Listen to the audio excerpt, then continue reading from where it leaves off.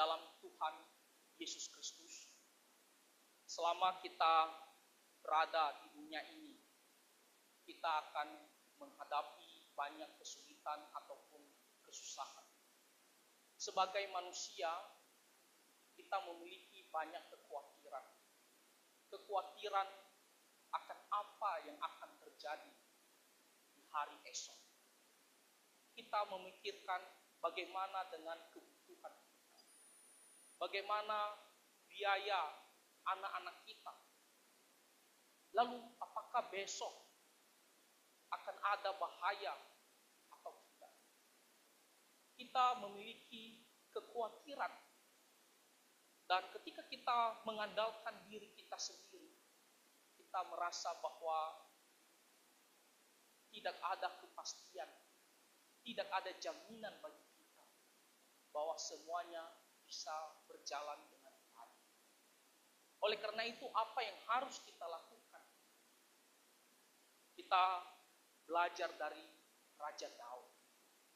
Melalui Mazmur 23 ini adalah Mazmur penghiburan bagi kita orang-orang yang percaya kepada Tuhan. Di sini kita melihat bagaimana berkat yang melimpah bagi orang yang digembalakan oleh Tuhan. Kita melihat bagaimana Tuhan memelihara dan melindungi orang-orang yang bersandar kepadanya. Nah, kalau kita melihat di ayat yang pertama, di sini dimulai dengan tekadnya Raja Daud. Di sini Daud mengatakan, Tuhan adalah gembala. Kata Tuhan di sini semuanya ditulis dalam huruf besar, ini menuju kepada nama Allah Yehova, Allah perjanjian, Allah yang mengadakan perjanjian, Allah yang memberikan janji dan menepati janjinya. Dan di sini dikatakan Tuhan ini adalah gembala. Di sini Raja Daud dia mengumpamakan dirinya seperti seekor domba dan Tuhan seperti seorang gembala. Kita tahu apa fungsi atau tugas dari seorang gembala, yaitu memperhatikan, merawat, menjaga, membimbing domba-dombanya. Itulah tugas daripada seorang gembala. Dan Daud mengatakan Tuhan adalah gembala. Dia tidak mengatakan Allah lain adalah gembala. Dia tidak mengatakan manusia adalah gembala. Tetapi dia menyatakan bahwa Tuhan inilah gembalanya yang akan memelihara dia, yang akan menjaga dia, yang akan memperhatikan dia, yang akan melindungi dan membimbing hidupnya. Ini adalah sebuah deklarasi, sebuah pernyataan. Dia memilih Tuhan adalah gembala. Dan dia yakin penuh iman. Kalau Tuhan adalah gembalanya, di sini dikatakan takkan kekurangan aku. Takkan kekurangan aku. Artinya apa?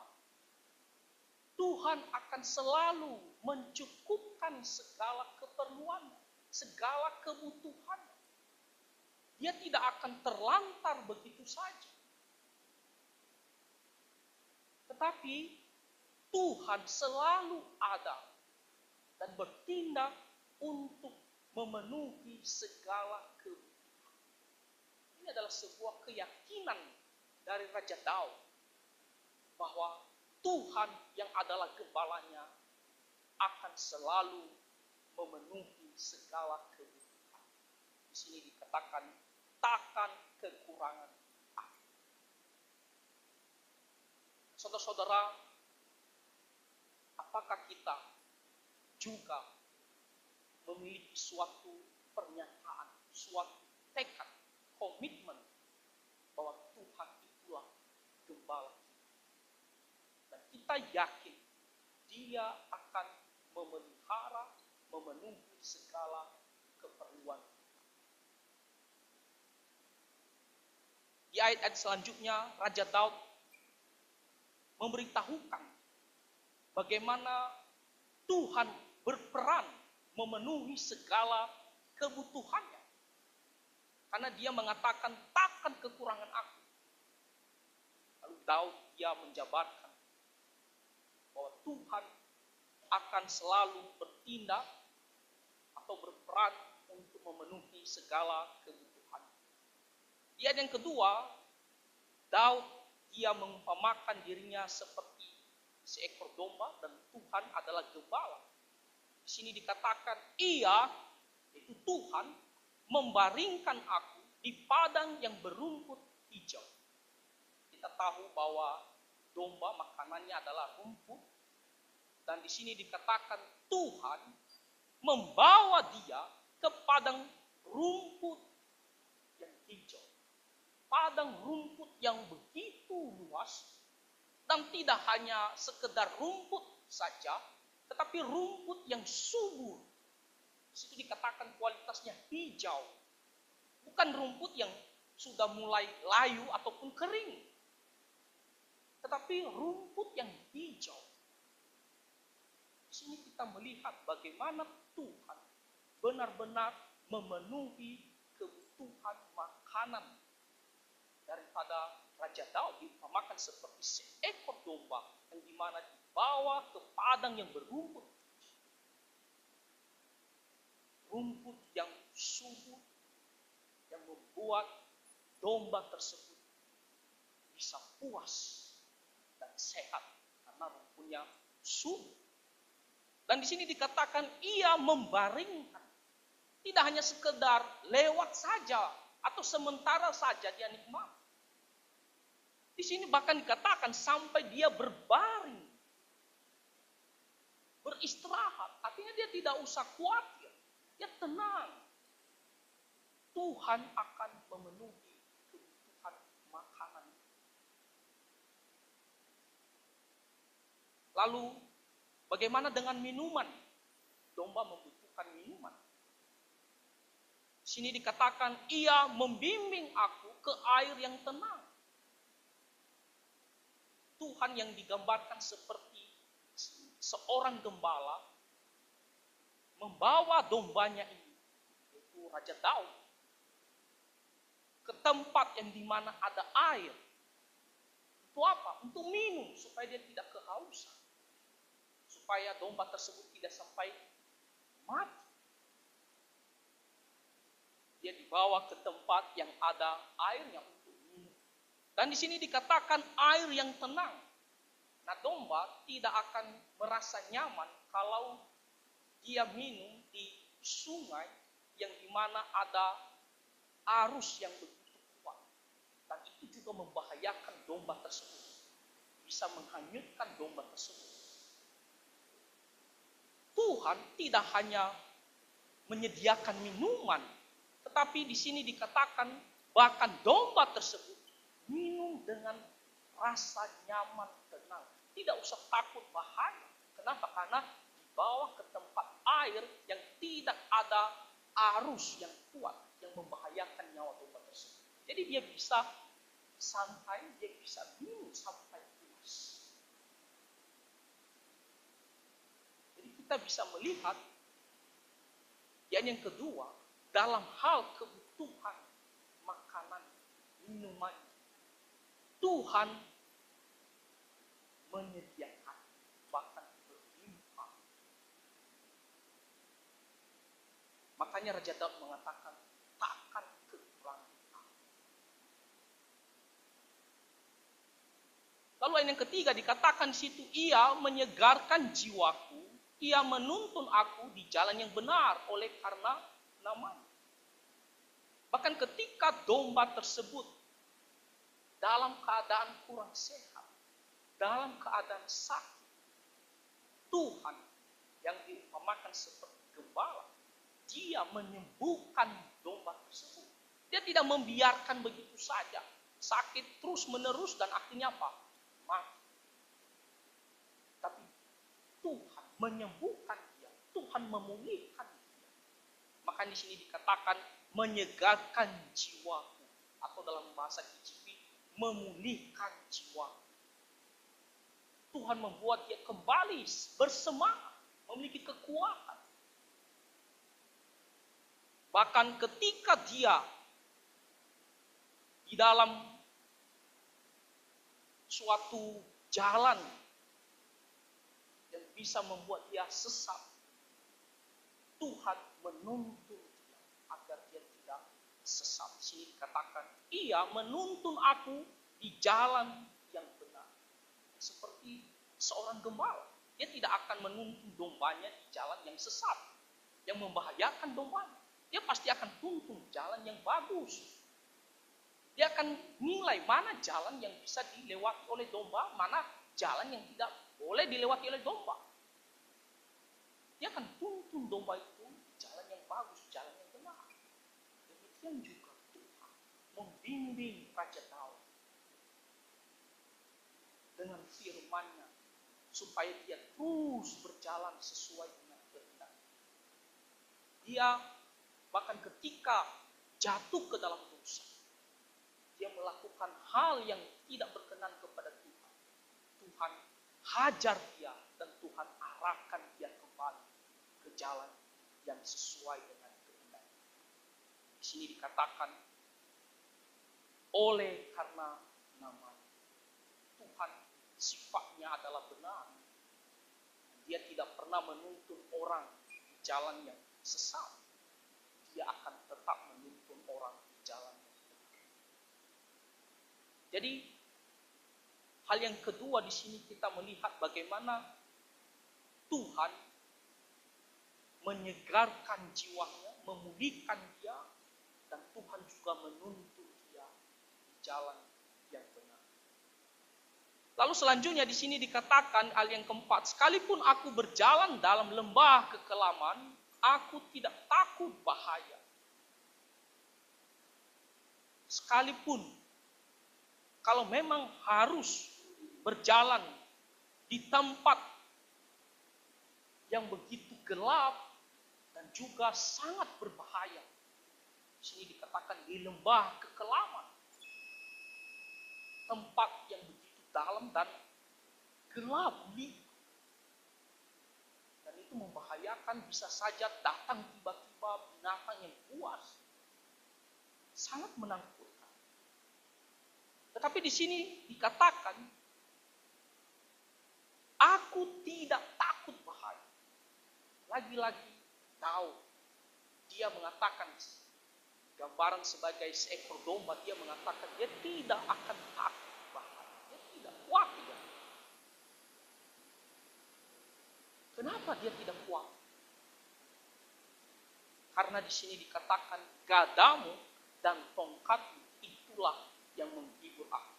Nah, kita tahu seorang gembala, dua peralatan utamanya yaitu gada dan tongkat. Nah, dua benda ini beda fungsi. Kalau gada itu fungsinya apa? Untuk menghajar binatang-binatang buas.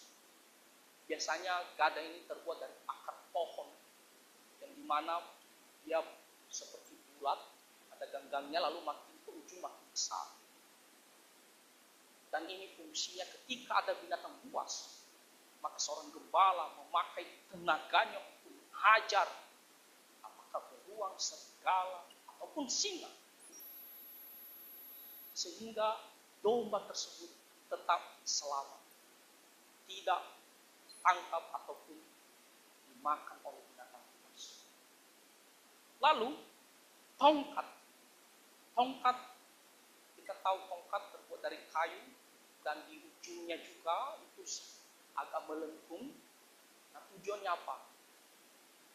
Tongkat dipakai untuk menuntut domba. Dan kalau domba tersebut agak jauh sedikit, kelihatannya dia akan sesat, maka biasanya gembala memakai ujungnya yang melengkung itu untuk menarik lehernya supaya dia bisa tetap ya jalan yang benar. Jadi tongkat ini berfungsi untuk menuntun domba-domba tersebut. Jadi di lembah kekelaman, di sini Daud mengatakan, aku tidak takut bahaya. Kenapa? Karena ada yang melindungi dia. Ketika ada binatang buas, ada gadanya, ya, seorang gembala, itu Tuhan di sini yang akan mengajar binatang buas tersebut, yang akan melindungi dia. Ketika dia tidak tahu mau jalan kemana, karena katakan lembah kekelaman, maka domba tersebut gembala tersebut memakai tongkatnya untuk mengarahkan dia, untuk menuntun dia, membimbing dia, sehingga bisa melewati lembah kekelaman itu dengan selamat. Jadi dalam hal perlindungan, penyertaan, Tuhan akan melindungi, Tuhan akan, ya, menjauhkan dari hal-hal yang mencelakakan diri dan mengarahkan dia sehingga dia bisa melewati hal yang sangat bahaya tersebut. Di sini dikatakan di ayatnya yang kelima, engkau menyediakan hidangan bagiku di hadapan lawan. Menyediakan hidangan, ya, makanan. Nah, pertama kita bisa melihat bagaimana Tuhanlah yang menyediakan makanan bagi Raja Daud. Dan di sini dikatakan Tuhan menyediakan, kalau kita melihat budaya di Timur Tengah pada saat itu, orang-orang yang di mana dihidangkan makanannya itu dianggap sebagai orang yang terhormat, orang yang spesial. Saya kurang tahu bagaimana dengan budaya kita masing-masing, tapi kalau orang Nias itu orang yang di mana dibawa makanannya sendiri dihidangkan di depan, ya, orang tersebut itu dianggap adalah orang yang terhormat, orang yang spesial. Tapi kalau orang yang biasa suruh ambil sendiri. Tapi kalau orang yang dianggap spesial, diambilkan makanannya dan diantar, dibawa, diletakkan di depannya. Dan di sini dikatakan selanjutnya, engkau mengurapi kepalaku dengan minyak. Nah, pengurapan minyak juga pada zaman itu, budaya pada saat itu hanya digunakan kepada orang-orang yang dianggap terhormat, orang-orang yang spesial, orang-orang yang khusus, istimewa. Dan di sini dikatakan Tuhan mengurapi kepalanya, Tuhan mengangkat dia, Tuhan menganggap dia orang yang spesial, dan kita tahu bagaimana Tuhan memilih dia akan menjadi raja atas seluruh orang Israel. Meskipun musuh-musuhnya menekan dia, mengancam dia. Bahkan kita tahu ketika Absalom mencoba mengkudeta dia, lalu orang-orang Absalom mengatakan, sudah saatnya Daud pasti akan binasa. Tidak ada lagi pertolongan baginya. Mereka sudah yakin bahwa Daud pasti binasa, tidak ada lagi pertolongan baginya. Tuhan tidak menolong dia. Tetapi banyak musuh-musuh Raja Daud yang berharap Daud jatuh, tapi Tuhan tetap mengangkat Raja Daud, memberikan dia kehormatan. Dan sini dikatakan, pialaku penuh melimpah. Piala itu cawan, ya, tempat minuman. Dan dikatakan Tuhan mengisi pialanya sampai melimpah. Nah, kalau kita melihat lagi budaya di Timur Tengah pada saat itu, biasanya dalam sebuah pesta, ketika tuan rumah mengisi piala orang tersebut sampai penuh, itu dianggap orang tersebut adalah orang yang terdekat dengan dia, orang yang dihormat, orang yang spesial. Di sini dikatakan Tuhan memenuhi piala Raja Daud. Itu berarti Tuhan memberikan kehormatan bagi Raja Daud. Dan tentunya dikatakan melimpah. Artinya Tuhan memberikan, ya, berkat yang melimpah kepada. Nah, di sini kita bisa melihat bagaimana Tuhan, ya, tidak hanya memenuhi kebutuhannya, tidak hanya, ya, menuntun dia, tidak hanya juga melindungi dia, tetapi juga dalam hal kehormatan juga Tuhan berikan Dan di ayat yang ke-6 dikatakan, kebajikan dan kemurahan belaka akan mengikuti aku seumur hidup. Kebajikan, kebaikan, dan kemurahan. Dia yakin akan mengikuti. Dia tidak perlu menanti-nantikan ataupun mengejar-ngejar ya, kebaikan dan kemurahan daripada Tuhan. Otomatis kebaikan dan kemurahan Tuhan mengikuti dia dan Tuhan. Dia akan terima. Di sini kita melihat keyakinan daripada Raja Daud bahwa segala hal yang baik dari Tuhan akan turun, akan diberikan kepadanya. Segala hal yang baik. Dan sini dikatakan oleh karena itu, aku akan diam dalam rumah Tuhan sepanjang masa. Oleh karena kebaikan Tuhan, dia mengatakan, aku akan diam, aku akan tinggal di dalam rumah Tuhan sepanjang masa. Bukan berarti dia tinggal tidurnya terus menerus di dalam rumah Tuhan. Tetapi dia akan selalu datang ke rumah Tuhan. Itu apa? Bukan untuk berdiam diri saja, tetapi dia akan memuji Tuhan. Dia akan meninggikan nama Tuhan. Dia akan bersyukur kepada Tuhan. Katakan, seumur hidupku, sepanjang masa artinya seumur hidup. Tiada hentinya. Ya. Tidak hanya 1 tahun, 2 tahun, tidak hanya 10 tahun, tetapi seumur hidupnya. Kalau Tuhan kasih dia umur 70 tahun, maka selama 70 tahun dia akan terus datang kepada Tuhan untuk menyaksikan kebaikan Tuhan dan untuk meninggikan nama Tuhan. Inilah berkat yang melimpah yang diterima oleh orang-orang yang digembalakan dalam hal kebutuhan makanan. Tuhan cukup. Dalam hal menjalani hidup ini yang banyak sekali godaan, Tuhan akan menuntun. Dalam hal menghadapi bahaya, Tuhan akan melindungi. Bahkan Tuhan memberikan kehormatan. Meskipun banyak orang-orang yang membenci kita, musuh-musuh kita. Dan di sini dikatakan segala kebaikan Tuhan akan berikan kepada orang-orang yang digembalakan. Nah, mungkin kalau di gereja lain mereka hanya menekankan ya berkat-berkat Tuhan yang melimpah untuk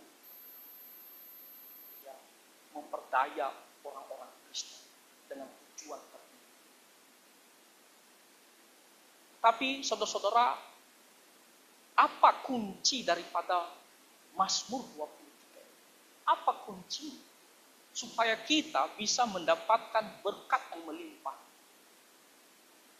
Poinnya bukan segala hal yang baik. Daud mengatakan itu otomatis akan mengikuti. Tapi ada hal yang paling penting yang harus kita lakukan. Yaitu kita harus menjadikan Tuhan sebagai gembala. Kita harus menggantungkan seluruh hidup kita hanya kepada Tuhan.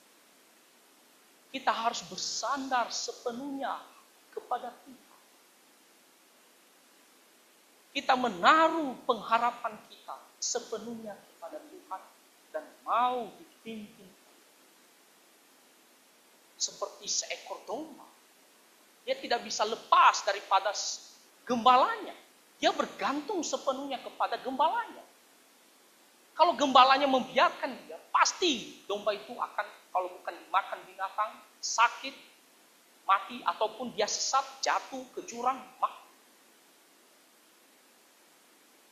Artinya apa? Domba itu bergantung sepenuhnya kepada seorang gembala, sehat, subur, itu semuanya bergantung kepada gembala.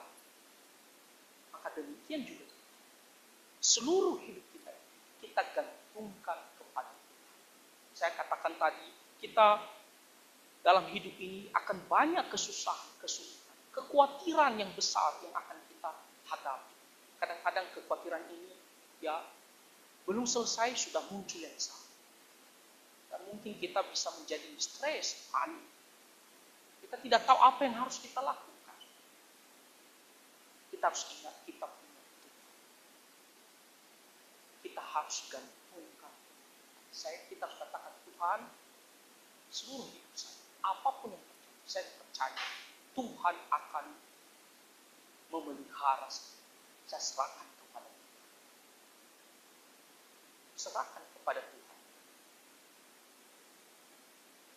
Apa yang kita khawatirkan saat ini? Apa yang kita rasakan saat ini? Kesulitan apa?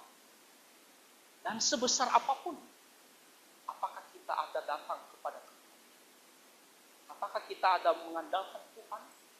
Atau kita mengandalkan diri kita sendiri? Kita merasa kita bisa sendiri. Dengan kekuatan saya, kepintaran saya, apa yang saya miliki, saya bisa selesaikan semua. Bahkan bahaya pun saya bisa lewati. Saudara, kita hanyalah manusia yang lemah. Kita butuh Tuhanlah yang menggembalakan. Nah, kalau Tuhan yang menggembalakan kita, maka kita memiliki suatu keyakinan bahwa segala sesuatu yang kita butuhkan, Tuhan akan penuhi. Tentunya dengan cara Tuhan sendiri. Kadang-kadang kita tidak bisa tebak cara Tuhan seperti apa di dalam memelihara kita. Kadang-kadang pertolongan Tuhan tak terduga-duga. Walaupun secara manusia kita sendiri mengatakan sepertinya tidak ada jalan keluar. Sudah tidak ada pengharapan, ini sudah terjepit. Saudara-saudara, Tuhan kita adalah Allah yang maha kuasa. Dengan caranya sendiri, kita serahkan kepadanya dan Dia akan memberikan pemeliharaan kepada kita. Nah, tentunya ada satu hal yang penting yang harus kita perhatikan. Ketika kita menyerahkan hidup kita, menggantungkan hidup kita kepada Tuhan, bukan berarti kita juga tidak berbuat apa-apa. Yang pertama di dalam hal ya kebutuhan kita. Kita tidak hanya mengatakan, Tuhan, saya serahkan semuanya. Tuhan yang pasti. Lalu kita tidak mau bekerja. Itu juga sama. Kita juga bekerja. Kita lakukan bagian kita. Tapi selebihnya kita serahkan semua. Dan kalau kita mau mengatakan Tuhan adalah gembalaku, tentunya bukan hanya dalam hal apa yang kita butuhkan. Tetapi dalam hal bagaimana kita hidup, kita juga mau diarahkan oleh Tuhan. Kita mau tunduk pada bimbingan Tuhan. Kita tidak mau berjalan dengan kehendak sendiri. Ketika Tuhan mengarahkan kita, kita mau mengikuti. Kita mau patuh terhadap pimpinan Tuhan melalui firman. Ya, seperti seekor domba. Ketika dituntun, dia akan mengikuti. Demikian juga. Nah, jadi saudara-saudara, kuncinya daripada Mazmur 23 ini adalah kita harus jadikan Tuhan adalah gembala. Nah, kalau Tuhan menggembalakan kita, maka kita bisa tenang, kita bisa damai. Bukan berarti kita tidak akan pernah khawatir. Pasti ada kekhawatiran. Tapi kekhawatiran kita itu tidak akan menguasai kita, tidak akan membuat kita sampai ya, kecewa dan menyerah. Kita akan tetap memiliki kekuatan dan pengharapan bahwa Tuhan akan memelihara kita. Tuhan akan memberikan berkat-Nya yang menimpa kepada orang-orang yang digembalakan.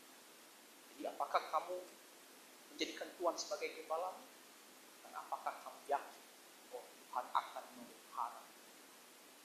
Datang kepada Tuhan, berdoa kepada Tuhan, serahkan hidupmu kepada Tuhan, maka Tuhan yang akan bekerja di dalam setiap kehidupan. Kita bersyukur kita memiliki Tuhan, Tuhan yang selalu ada dan Tuhan yang selalu memelihara. Kiranya firman Tuhan ini bisa menolong kita semua. Mari kita bersatu di dalam doa. Bapa Surgawi, kami sangat bersyukur karena kami memiliki Tuhan yang adalah gembala kami, yang akan memelihara kami, yang akan memenuhi segala kebutuhan kami. Maka ajarlah kami ya Tuhan, supaya kami seperti hamba-Mu Raja Daud, bertekad untuk menjadikan Tuhan sebagai gembala kami di dalam menjalani kehidupan kami sana, agar kami selalu bersandar, berharap, dan menggantungkan seluruh hidup kami hanya kepada Tuhan saja. Tuhan, dengarkanlah doa kami, dan biarlah firman Tuhan ini bisa menjadi penghiburan bagi kami semua, terutama bagi umat Tuhan yang saat ini di dalam pergumulan. Dengarkanlah doa kami, di dalam nama Tuhan Yesus Kristus kami berdoa. Amin.